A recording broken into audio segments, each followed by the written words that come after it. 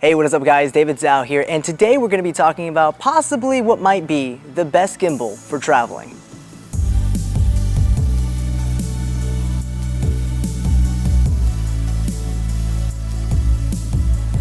To begin, let's talk about the build quality and design of the gimbal. It has a very small and compact design, especially compared to other gimbals I've been using for the past few years, like the Ronin M or even the Zhiyun Crane 2. The body of the gimbal is made out of both metal and very durable plastic. It comes with a detachable tripod feet, which is by default attached to the bottom position. And in that position, if you open up the tripod feet, the gimbal can stand freely on its own.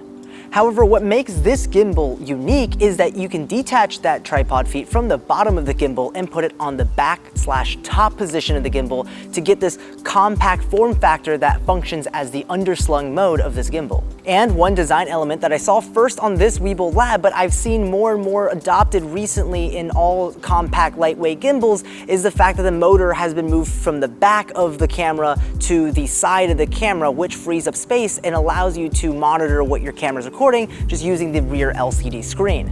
Now, moving on to the operation and handling of the Weebill Lab, it comes in two modes. There's the upright mode, which is your standard, two-hand grip vertically gimbal setup, and it also comes in an underslung mode where one hand will be gripping on the body and one hand will be gripping on the tripod feet. The benefit of this is that you can get really low shots by just using one hand down to the ground, and you can get the camera just literally inches off the ground. Now, the only one annoying thing about this when it comes to operating it when you're actually shooting is that in order to get this tripod feet off the gimbal body, you have to unscrew it, put it on the top, re-screw it on, get your shot, and then if you want to rotate it back, you have to go through the process of unscrewing and re-screwing it back on. And honestly, that takes up a lot of time. However, note that Zhiyun did release a quick release plate of sorts that you can buy that you can attach to both those slots, and that makes taking off the tripod feet and putting it back on literally just a few seconds.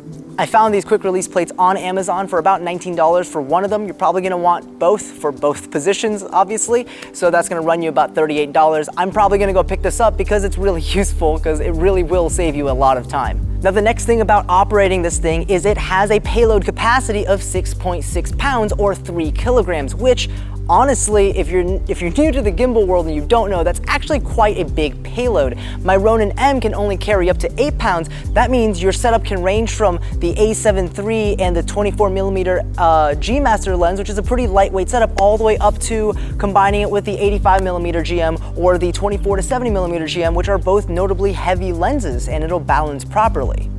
Now, while we're on the topic of operating this gimbal, Zhiyun claims that this gimbal can deliver 10 hours of on time. Now, maybe that's the case if you have it perfectly balanced and you just have it turned on and you just left it there. But if you're actually using it, I found it more to be the case of 4 to 5 hours. That's not that bad though, because I just shot a wedding solo recently, so I had to have several setups, and I used the Weebill Lab for about 30% of those shots, and it lasted me all day long. Finally, one last thing when it comes to operation of this gimbal, it does come with this feature that a few of the newer gimbals are coming out with, and Zhiyun calls it the vortex mode, which just simply means that you can use the joystick when you have the mode turned on to have the camera spin 360 degrees, which is neat, and I've used it a few times, but it's definitely on the gimmickier side. It's fun to get a few shots with it, but it can definitely get boring fast if you do it a lot. One last thing about operating this gimbal is there is a USB cord that you can plug into your camera, into the gimbal, that gives your gimbal control over your camera, which is really, really neat and gives you access to things like controlling your ISO, your shutter speed, your aperture straight from the dial on the back of the gimbal. You can even hit start and stop recording just from the gimbal. You don't have to do this whole reach over thing, press it and then move and then press it to stop. You can just hit the back of the gimbal. That's super nice. Now, next up is the smoothness of the shots that you'll be getting out of this setup. What I find is that it's twofold. It can and will deliver buttery smooth gimbal shots, but Remember how I said that this is a really lightweight and compact setup? That means there's not much for your muscles to engage against. You know, you're not trying really hard to stabilize it, and therefore you'll be much more tempted to kind of just whip the gimbal around, and that's gonna cause more shakiness. Like when I first started using it, I really liked the underslung mode and I was running behind somebody, but I was not doing your typical standard gimbal technique. I wasn't bending at the knees. I wasn't trying to shock absorb each step. I just literally held it on near the ground and I just sprinted. And when I look back at the footage, and man, I could see some jittering in there. So that's on the one flip side of it. If you don't use proper gimbal technique, you will get jittery footage, more so than you would with the bigger gimbal, like let's say the Ronin M, just because of the fact that it's lighter. But with proper technique, you can get some very incredible shots. You just need to be deliberate and meticulous. So let's talk about a few things I hated about this gimbal. I think this comment is more so geared towards any gimbal that's of the two-hand vertical grip variant as opposed to the this variant. And that's because in upright mode, when I'm like moving around and getting shots, I don't typically tend to hold it in vertically. I like to hold it kind of like, you know, angled. And when I was shooting the first dance at the wedding I just recently shot, I kind of held this, because I was moving in and moving out, and I kind of held it at this angle for a really long time, and it's really top heavy with the camera, with the top of the body. I mean, the bottom is just a little tripod feet, so that weighs nothing. So by the end of it, my forearms were feeling it. Remember earlier when I was talking about how it was really nice that you can pair the gimbal to the camera via the USB cord and you can have all those controls? Well, here's one really annoying thing. If you use the gimbal like I do and you want to conserve battery in the middle of the shoot, you tend to typically turn it off often, right? You turn off the camera, you turn off the gimbal, you walk around when the shot's coming up, okay, all right, let me turn it on, and let's go shoot. And it turns on very quickly. But the pairing process can take anywhere between 5 to 30 seconds. Now imagine you're at a wedding and you're like, oh, okay, yeah, we're about to do the first dance shot, right? And you turn it on and you're ready to go, and then you're just staring at a screen that says connecting. And you're like, all right, well, is it gonna be quick or not?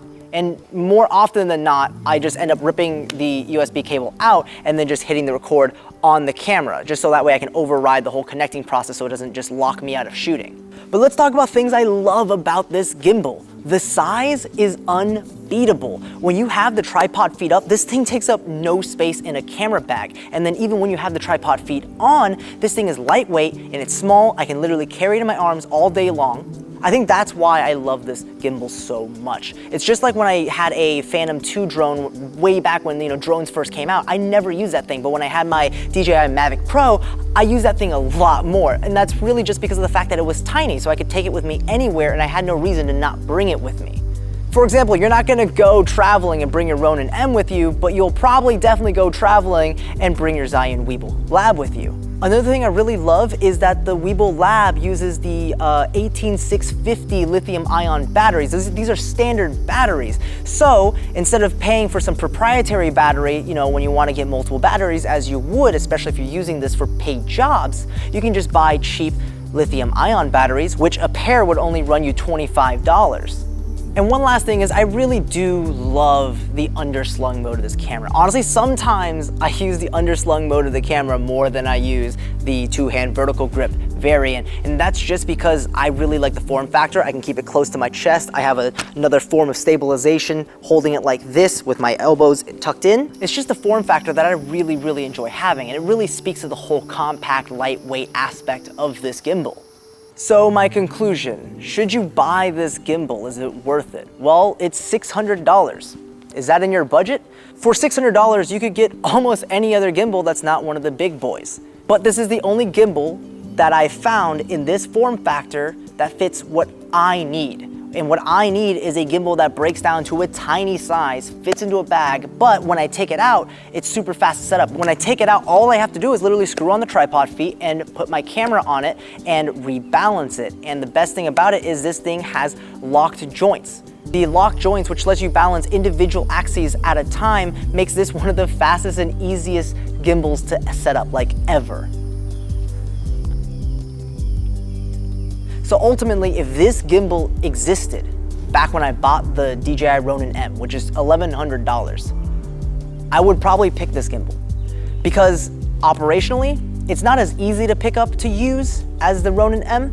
There's a bit of a learning curve considering the fact that it's lighter, it's smaller, But with the right technique, this thing delivers amazing results, has a 6.6 pound payload capacity, is super easy to carry with you, uses standard batteries. For me, it was a no-brainer. If you're looking for a gimbal and you're interested in what I've been saying about this gimbal, there's gonna be a link to it down in the description down below. You know what else is a no-brainer?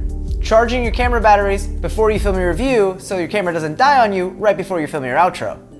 Seriously though, I really hope you guys enjoyed that video. If you did, show that subscribe button some love. We're almost at 5K. And as always, see you next time.